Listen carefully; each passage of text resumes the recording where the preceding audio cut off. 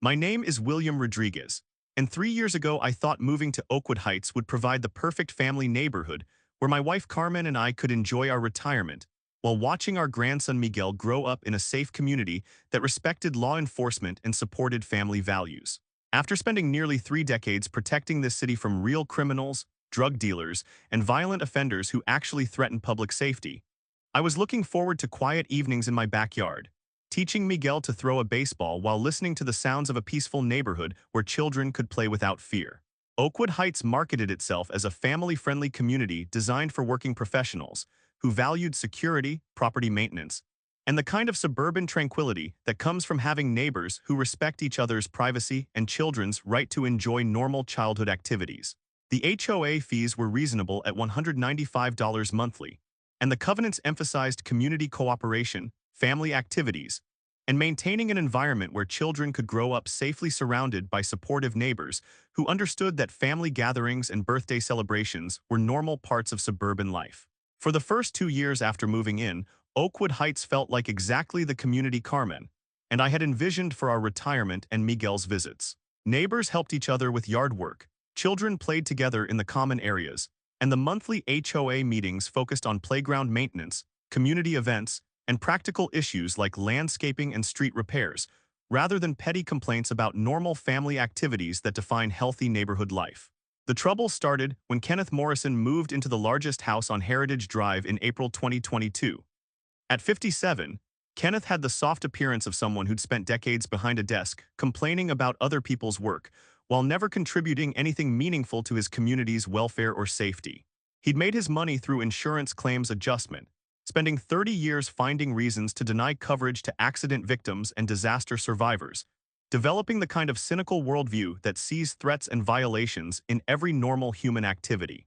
Kenneth immediately positioned himself as a community safety advocate, attending every HOA meeting with typed complaints about declining standards, inappropriate activities, and what he called quality of life violations that allegedly threatened property values and community character. He had strong opinions about children's outdoor activities, family gatherings, and what he termed excessive noise from normal suburban family life that included birthday parties, backyard cookouts, and the sounds of children playing in their own yards.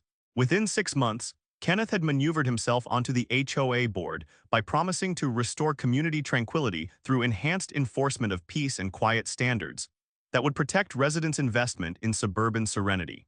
His first initiative was revising the noise ordinances to include restrictions on outdoor gatherings, children's play activities, and family celebrations that supposedly violated other residents' right to absolute silence and property value protection.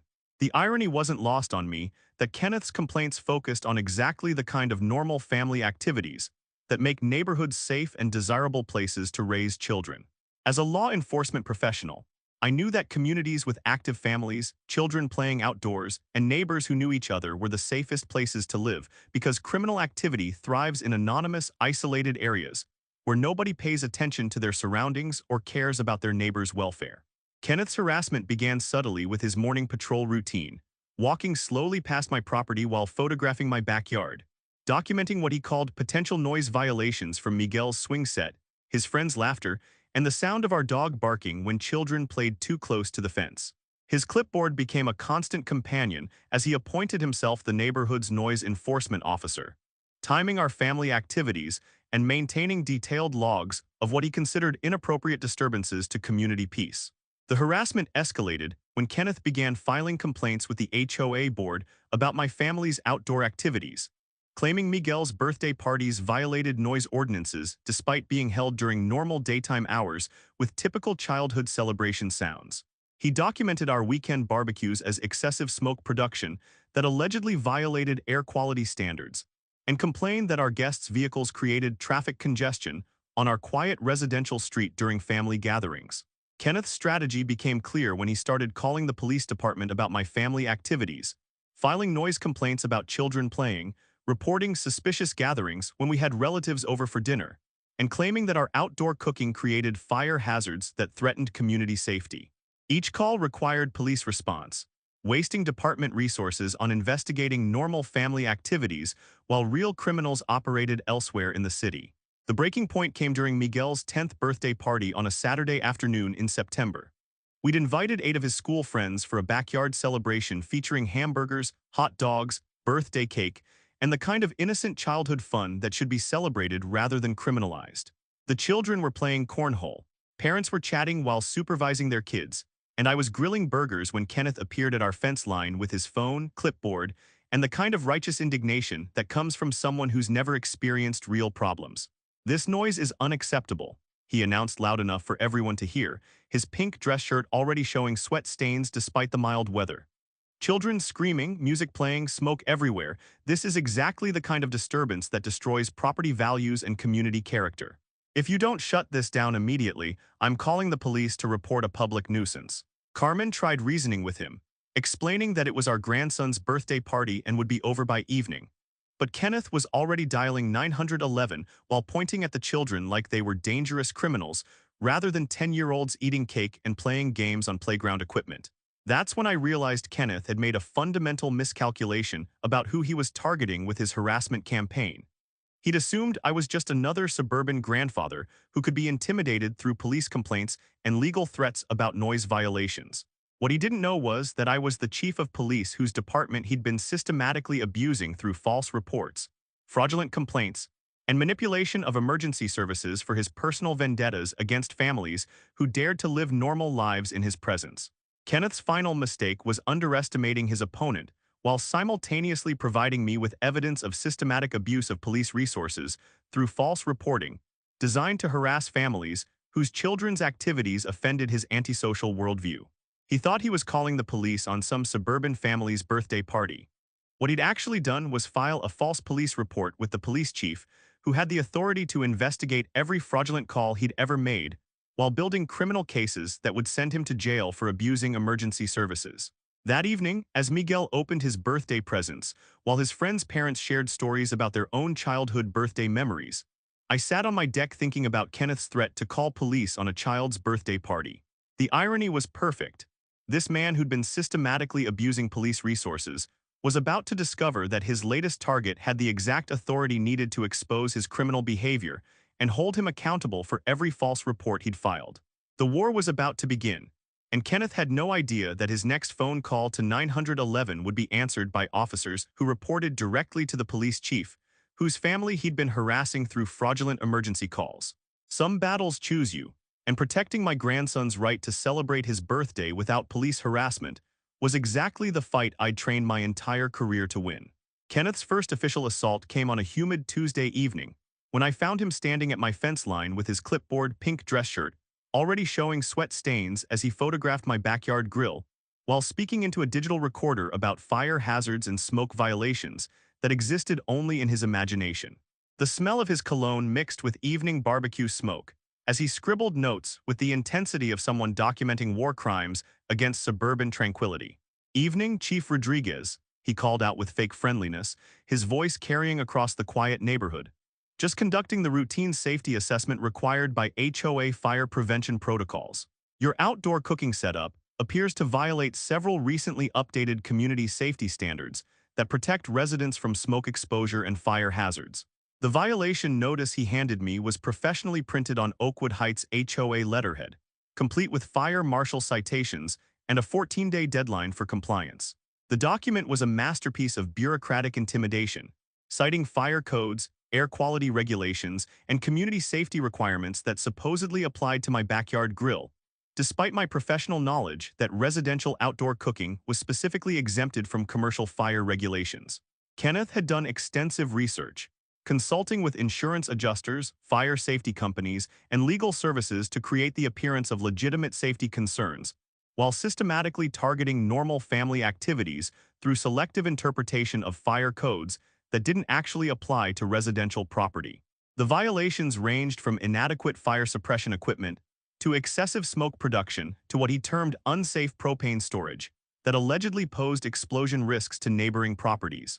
Each violation carried fines ranging from $300 to $1,200, with daily accumulation until compliance was achieved through either expensive safety modifications that would make outdoor cooking impossible or complete elimination of backyard grilling activities.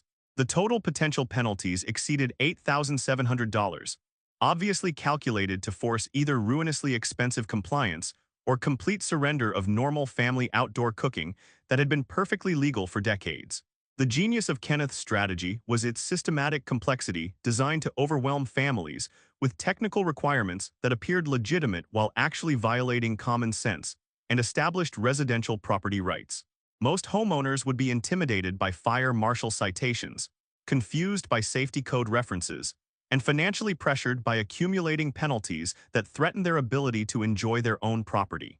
What Kenneth didn't realize was that he'd just handed detailed evidence of his systematic harassment campaign to a police chief who specialized in investigating fraudulent complaint patterns and had professional relationships with every fire marshal, safety inspector, and code enforcement officer in the county. My 28 years of law enforcement experience had taught me to recognize coordinated harassment operations, and Kenneth's activities displayed all the hallmarks of systematic abuse of regulatory systems. The harassment campaign expanded throughout September as Kenneth recruited other HOA board members to join his systematic documentation of alleged safety violations that would justify police intervention in normal family activities. Board Secretary Gerald Whitman began photographing children's outdoor play equipment, claiming playground structures violated safety codes that actually applied only to commercial installations. Treasurer Sandra Phillips conducted what she called noise assessments of family gatherings, documenting sound levels from birthday parties and backyard cookouts.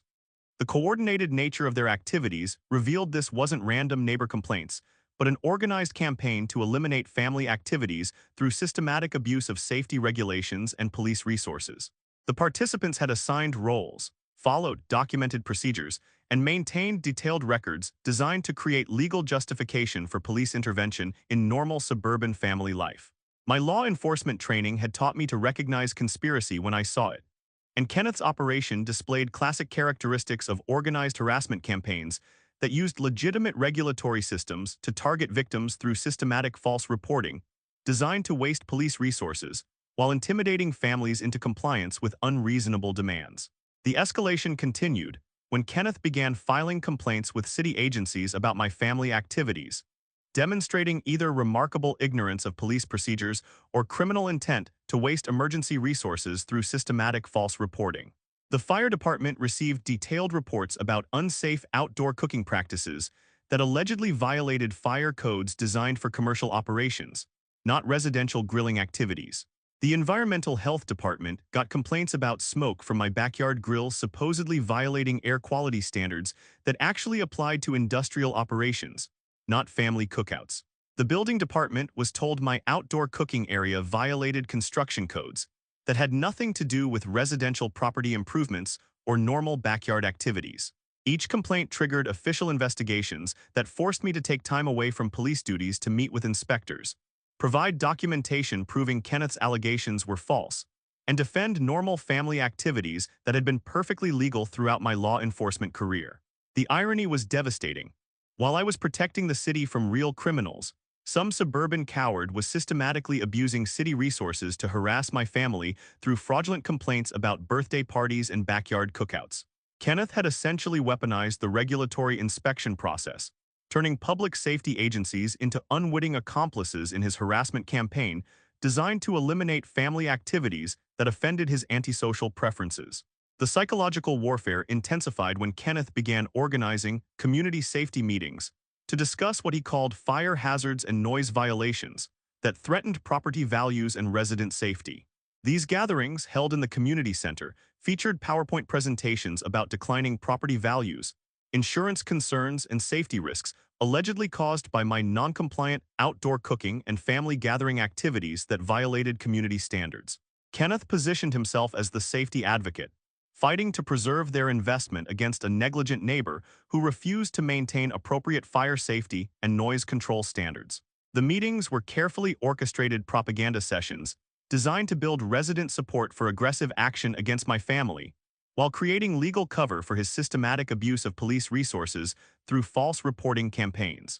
By framing my normal family activities as threats to their suburban lifestyle investment, Kenneth transformed ordinary neighbors into willing participants in his harassment campaign. They began filing their own complaints, demanding official action against family cookouts and children's birthday parties they'd been taught to fear through Kenneth's manipulation. and creating the appearance of widespread community concern about normal family activities that defined healthy suburban neighborhoods. The financial pressure escalated when Kenneth's HOA began assessing what they called safety violation fees against my property. These fees, totaling $4,200, were allegedly required to fund additional insurance coverage and safety inspections necessitated by my outdoor cooking activities that supposedly increased community risk exposure. The assessments came with legal threats about property liens and forced compliance if payment wasn't received within 30 days, essentially creating a protection racket that demanded payment for the right to grill hamburgers in my own backyard. The breaking point came when Kenneth filed a formal complaint with the police department claiming my backyard cookouts constituted a public nuisance, requiring immediate intervention under emergency authority provisions that would force elimination of family outdoor activities. His evidence included fire department assessments alleging safety violations, noise level measurements claiming sound ordinance violations, and neighbor testimony documenting quality of life impacts from normal family gatherings. The complaint revealed Kenneth's ultimate strategy. He'd been systematically building a case to force police intervention in my family activities through what appeared to be legitimate public safety procedures, while actually abusing emergency services for personal harassment designed to eliminate normal suburban family life that offended his antisocial worldview. What Kenneth didn't realize was that filing false police reports constitutes criminal behavior under state law, and systematic abuse of emergency services through fraudulent complaints carries serious penalties, including jail time and financial restitution for wasted police resources. More importantly, his harassment campaign against a police chief's family violated multiple statutes regarding intimidation of law enforcement officers and interference with police duties. The war was escalating exactly as Kenneth planned, but he'd made one critical error in his calculations. He thought he was fighting some suburban family who could be intimidated through regulatory pressure and police complaints. What he'd actually done was provide a police chief with evidence of systematic criminal behavior that violated multiple state laws, while wasting taxpayer resources and interfering with legitimate police operations. Kenneth's next call to 911 would be his last as a free man, because the police chief whose family he'd been harassing was about to demonstrate exactly what happens when someone systematically abuses emergency services while targeting law enforcement families with criminal harassment disguised as community safety concerns. The moment Kenneth filed that fraudulent police complaint about Miguel's birthday party, he crossed the line from harassment into criminal territory, and my 28 years of law enforcement experience kicked into full investigative mode that would systematically dismantle his entire false reporting scheme. I spent the following weekend in my home office, surrounded by police reports, complaint logs, and the comprehensive call records I could access through my position as police chief, building what prosecutors would later call the most thorough false police report case in county history. The smell of coffee and determination filled the room as I methodically traced every aspect of Kenneth's systematic abuse of police resources. But my real weapon was something Kenneth had never considered. I was the police chief with access to every call he'd ever made, every complaint he'd filed, and every resource he'd wasted through his criminal harassment campaign against law-abiding families. What Kenneth didn't know was that Chief William Rodriguez had written the department's false reporting investigation protocols he was about to face, including developing the systematic approach that made prosecuting fraudulent 911 calls a departmental specialty that resulted in criminal convictions and jail time for people who abused emergency services. My investigation began with Kenneth's complaint about Miguel's birthday party, and the report was a masterpiece of criminal stupidity that would destroy him in court. He'd claimed 8 10-year-old children eating birthday cake constituted a dangerous gathering, described playground laughter as threatening noise levels, and sworn under oath that hamburgers on a backyard grill posed fire hazards to the community. But the real evidence was what I discovered when I pulled Kenneth's complete complaint history from our department's database. Over 22 months, Kenneth had filed 53 complaints with various city agencies, including 28 direct calls to police dispatch about normal neighborhood activities that posed no threat to public safety. The pattern was unmistakable, systematic abuse of emergency services designed to harass families whose children's activities offended his antisocial preferences, while wasting thousands of dollars in police resources. When false police reporting involves systematic patterns and crosses into harassment of law enforcement personnel, it triggers enhanced criminal penalties under state law that includes mandatory jail time and financial restitution for wasted emergency resources. My analysis of Kenneth's complaint pattern revealed something even more damaging than simple false reporting. He'd been systematically targeting families with children, creating a discriminatory harassment campaign that violated civil rights laws. The conspiracy extended beyond Kenneth to include other HOA board members who'd participated in coordinated false reporting, designed to waste police resources, while intimidating families into compliance with unreasonable demands that had no basis in law. Gerald Whitman had filed 18 complaints about children's playground activities, claiming safety violations that didn't exist. Sandra Phillips had made 14 noise complaints about family gatherings that fell well within legal sound limits. Each false report constituted criminal behavior under state false reporting statutes, and the coordinated nature of their campaign elevated individual crimes into conspiracy charges that carried enhanced penalties, including extended jail time and criminal conspiracy convictions. Kenneth had managed to turn his entire HOA board into co-conspirators in systematic abuse of police resources. My investigation revealed the true scope of Kenneth's anti-family campaign when I discovered his correspondence with similar HOA operations in other jurisdictions, sharing tactics for targeting families through systematic false reporting and regulatory harassment. Through my professional network with other police chiefs, I learned that Kenneth had been consulting with HOA boards throughout the county, providing training on how to use police complaints to eliminate family activities. Kenneth wasn't just a local HOA tyrant. He was a regional coordinator in systematic abuse of police resources designed to eliminate normal family life from suburban communities through criminal harassment disguised as community safety concerns. The network included individuals who specialized in manipulating emergency services, regulatory agencies, and local government to target families whose children's activities interfered with their vision of silent, childless suburban environments. The evidence compilation revealed systematic false reporting that extended far beyond my family to include targeting of families based on their children's ages, outdoor activity levels, and willingness to host birthday parties and family gatherings that Kenneth viewed as violations of suburban tranquility. His operation had generated over 240 false complaints throughout the county, wasting an estimated $67,000 in police resources, while harassing families whose only crime was raising children in suburban neighborhoods. The money trail uncovered through my investigation revealed Kenneth's operation was more sophisticated than typical neighborhood harassment. He'd been coordinating with corrupt HOA management companies, legal services that specialized in harassment litigation, and private investigators who gathered information about targeted families to maximize the effectiveness of false reporting campaigns.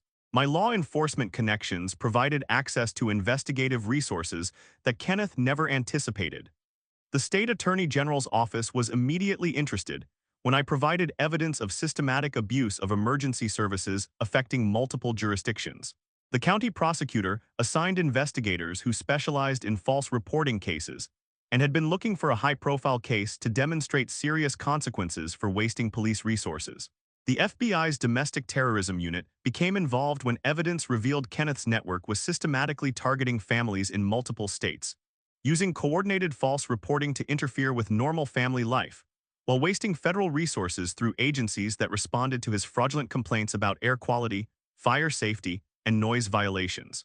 Kenneth's harassment of one police chief's family had triggered investigations by multiple law enforcement agencies, specializing in false reporting, abuse of emergency services, and systematic harassment of law enforcement personnel. The surveillance operation I authorized through police intelligence revealed Kenneth's activities extended far beyond what I'd witnessed personally. He was conducting systematic research on families throughout the neighborhood, attempting to identify vulnerable targets whose children's activities could be eliminated through harassment campaigns designed to force families to relocate or surrender their right to normal outdoor activities. Kenneth had escalated from neighborhood complaints to what law enforcement classified as systematic harassment of families with children.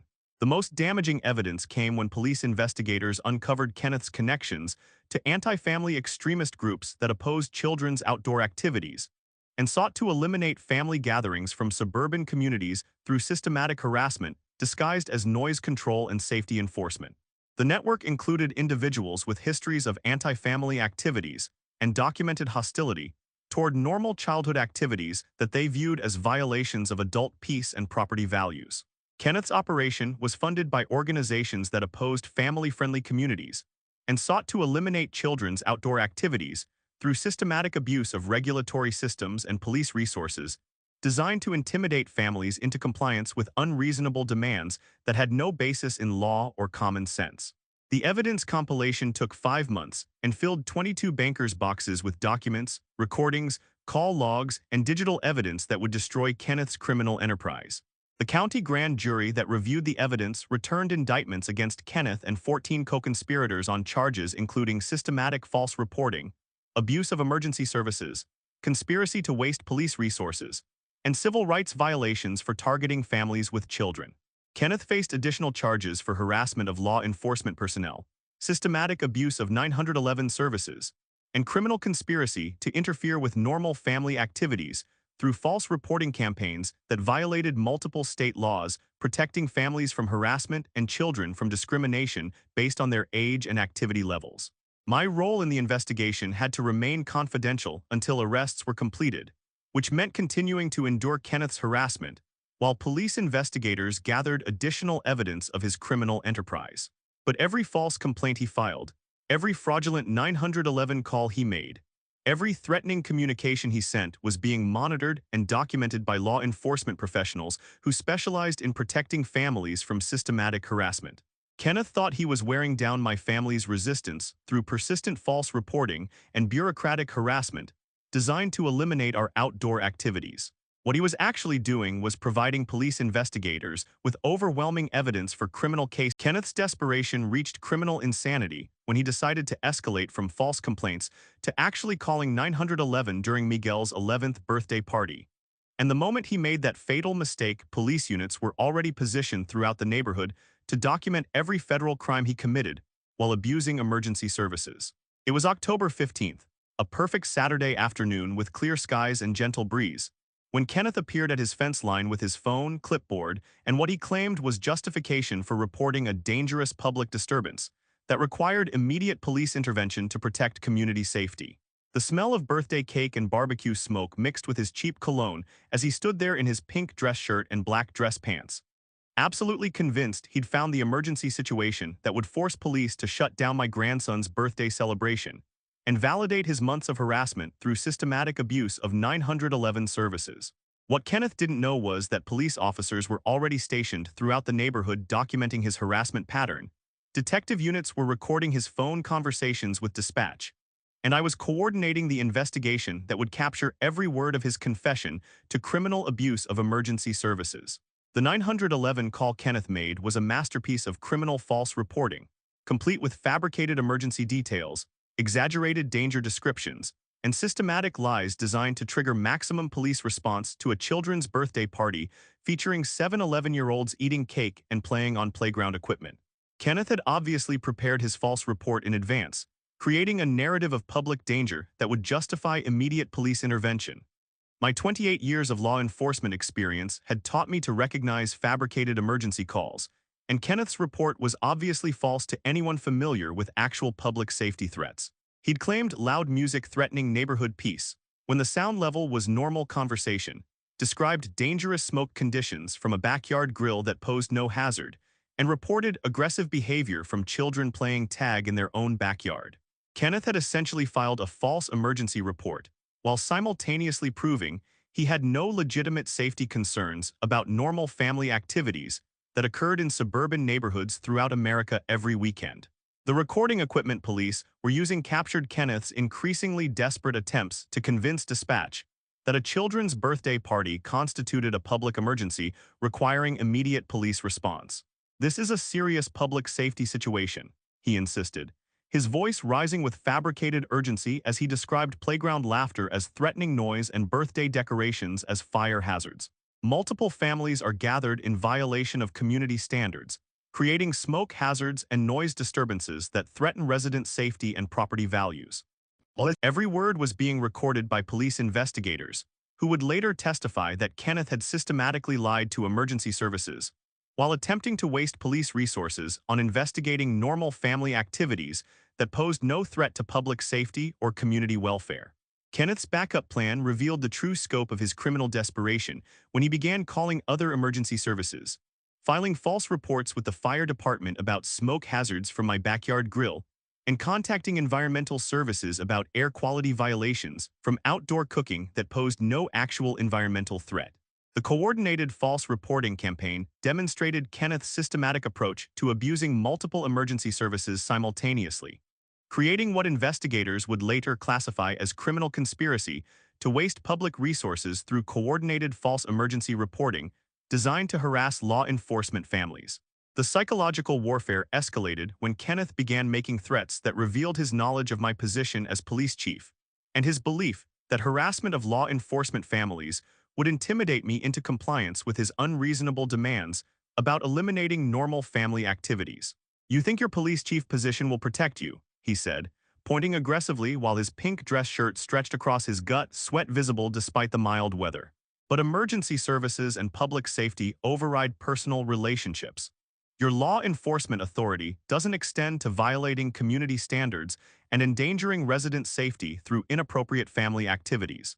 Well, Kenneth had just admitted he knew I was the police chief, while simultaneously threatening to continue abusing emergency services to harass my family, creating evidence of systematic harassment of law enforcement personnel that violated multiple state laws protecting police families from intimidation and retaliation. The recording equipment captured Kenneth's detailed knowledge of police procedures, his systematic plan to waste emergency resources, and his belief that harassment of police families would force compliance with his unreasonable demands about eliminating children's outdoor activities and family gatherings. The climax came when Kenneth attempted to physically interfere with Miguel's birthday party by entering my property without permission, claiming authority as HOA president to enforce emergency safety measures that required immediate termination of family activities that violated his interpretation of community standards. The police officers who'd been monitoring Kenneth's harassment campaign moved in when he committed criminal trespass while attempting to disrupt a police chief's family celebration, transforming his false reporting scheme into actual criminal behavior that occurred in the presence of law enforcement personnel. Detective Sarah Martinez approached Kenneth with her credentials displayed, her voice calm and professional as she explained that he was under police surveillance for systematic false reporting and was now being arrested for additional crimes committed in the presence of police officers. The color drained from Kenneth's face as he realized his theatrical emergency reporting had been a police sting operation designed to catch him committing crimes, while investigators built cases that would send him to county jail. Kenneth's arrest was captured on police body cameras as officers documented every aspect of his criminal operation. His pink dress shirt was soaked with sweat as Detective Martinez read him his rights, while other officers photographed his clipboard containing detailed logs of fabricated complaints, seized his phone containing recorded false reports, and arrested Gerald Whitman and Sandra Phillips for participating in systematic abuse of emergency services. The police investigation expanded dramatically when officers discovered Kenneth's storage unit containing documentation of false reports filed against families throughout the county, revealing that his harassment of my family was part of a systematic criminal enterprise that had been wasting police resources and harassing families for over 4 years. Kenneth hadn't just been harassing one police chief's family. He'd been running a criminal organization that specialized in systematic false reporting, designed to eliminate family activities from suburban neighborhoods through abuse of emergency services and harassment of children, whose outdoor activities offended his antisocial preferences. The evidence trail revealed Kenneth's operation had generated over 340 false reports throughout the county, wasted an estimated $89,000 in police resources, and systematically harassed 51 families whose children's activities interfered with his vision of silent, childless suburban communities. His systematic abuse of police resources was funded by HOA fees that he diverted to pay for legal services, private investigators, and coordination with similar operations in other jurisdictions that specialized in eliminating family activities through criminal harassment, disguised as community safety enforcement. The county grand jury returned a superseding indictment with 78 criminal charges, including systematic false reporting, abuse of emergency services, conspiracy to waste police resources, harassment of law enforcement personnel, and criminal enterprise designed to eliminate family activities through systematic abuse of public safety systems. Kenneth's world was collapsing faster than his fake emergency reports, and he had no idea that his next court appearance would involve facing criminal charges for systematic harassment of the police chief, whose department he'd been abusing while building cases that would send him to county jail for wasting taxpayer resources on investigating children's birthday parties and family cookouts. The county courthouse had never seen anything quite like People v. Kenneth Morrison and Associates, and the irony wasn't lost on anyone that Kenneth would be facing sentencing for systematic abuse of police resources, while the police chief whose family he'd harassed sat in the gallery wearing his dress uniform. Representing both the victim and the law enforcement agency, Kenneth had systematically manipulated for his personal vendettas. The courtroom was packed with families, police officers, emergency service personnel, and community members who'd come to witness what prosecutors called the most comprehensive false reporting prosecution in county history. Kenneth sat at the defendant's table in his orange county jail jumpsuit, his pink dress shirt and black dress pants replaced by detention clothing, looking like a deflated balloon as he faced the consequences of targeting the wrong police chief's family with his systematic campaign of false emergency reporting. I'd maintained my role as police chief throughout the investigation, but county sentencing guidelines and victim impact procedures required my testimony about the scope of his criminal activities and their impact on police resources and family safety. Judge Patricia Williams, a former prosecutor who understood the serious nature of systematic abuse of emergency services, would be handling Kenneth's sentencing with the kind of judicial precision that makes county sentences educational experiences for criminals who waste taxpayer resources. The smell of furniture polish and legal authority filled the courtroom as Kenneth's attorney, an overworked public defender named James Thompson, prepared to argue for mercy in a case where mercy would be both inappropriate and insulting to every family Kenneth had victimized. The evidence presentation took 6 days and filled the court record with overwhelming documentation of Kenneth's systematic false reporting criminal enterprise. County prosecutors presented 247 pieces of evidence, including the recorded 911 calls of Kenneth lying about children's birthday parties, documentation of his coordinated false reporting scheme, financial records showing $89,000 in wasted police resources, and testimony from 51 families who'd been targeted by Kenneth's harassment campaigns. The scope of his criminal organization was staggering, involving corrupt HOA board members in multiple communities, coordination with anti-family extremist groups, and a sophisticated network designed specifically to eliminate children's outdoor activities through systematic abuse of emergency services and harassment of families who dared to let their children play in suburban neighborhoods. My victim impact testimony provided the court with detailed analysis of Kenneth's criminal methods and their broader implications for police resource allocation and family safety in suburban communities. "Your Honor," I began, addressing Judge Williams while Kenneth squirmed in his seat, "the defendant didn't just file false police reports about my grandson's birthday party. He systematically undermined public safety by wasting police resources through fabricated emergencies designed to harass families whose children's activities offended his antisocial preferences. His actions represent domestic terrorism, specifically targeting families with children, and his criminal organization poses ongoing threats to police effectiveness and family safety throughout our county. Every false report he filed meant police officers were responding to fabricated emergencies instead of protecting citizens from actual crimes, and his harassment of law enforcement families threatens the foundation of police-community relations." The financial destruction was swift and comprehensive, as county asset forfeiture proceedings seized every asset Kenneth had acquired through his harassment schemes. His Oakwood Heights mansion, valued at $890,000, was forfeited to compensate victims of his false reporting campaigns and reimburse the police department for wasted resources. His luxury vehicles, investment accounts, and HOA board positions were eliminated as part of his criminal conviction.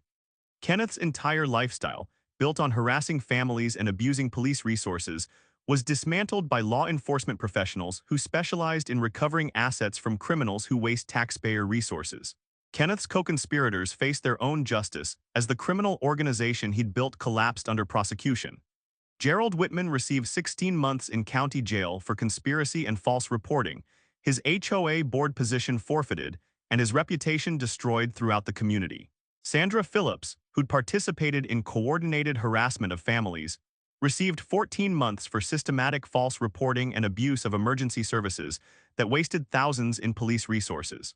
The corrupt HOA management company that had enabled Kenneth's harassment campaigns faced civil liability and regulatory sanctions that resulted in loss of their county operating licenses and millions in damages to affected families. Kenneth's anti-family network was systematically destroyed by prosecutors who specialized in protecting families from harassment and ensuring that emergency services remained available for actual emergencies. Judge Williams's sentencing remarks became legendary in county court circles for their comprehensive destruction of Kenneth's character and criminal enterprise that had threatened family safety and police effectiveness. "Mr. Morrison," she said, looking directly at Kenneth as he sat trembling in his orange jumpsuit, "you have systematically victimized families through a criminal organization that specialized in false emergency reporting disguised as community safety concerns. Your abuse of police resources represents an attack on public safety that threatens the foundation of emergency services and the trust between law enforcement and the communities they serve. This court will not tolerate such egregious criminal conduct that wastes taxpayer resources while harassing families whose only crime was allowing their children to play outdoors and celebrate birthdays."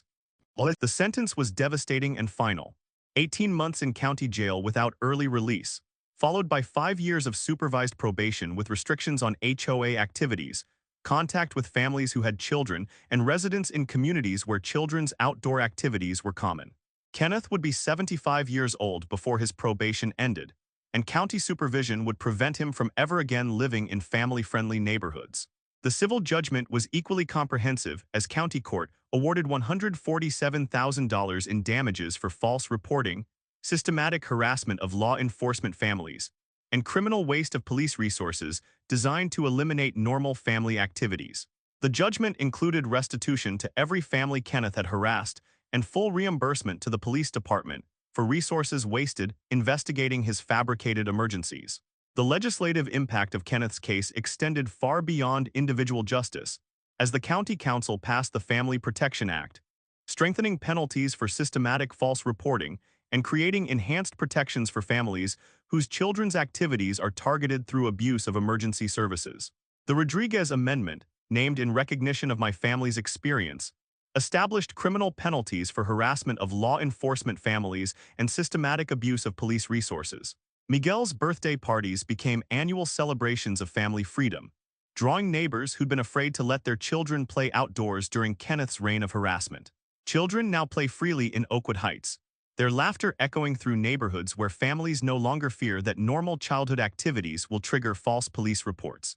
The annual Community Family Day celebration at our neighborhood park draws hundreds of families who celebrate their right to let children play outdoors, host birthday parties, and enjoy backyard cookouts without fear of criminal harassment disguised as community safety concerns. Kenneth's story became a cautionary tale taught in police academy training programs about the importance of investigating false reporting patterns and protecting families from systematic harassment. His systematic abuse of one police chief's family triggered the largest false reporting investigation in county history, destroyed a criminal organization operating throughout the region, and resulted in legislation protecting families from harassment, while ensuring that police resources remain available for actual emergencies rather than fabricated complaints about children's birthday parties. The neighborhood still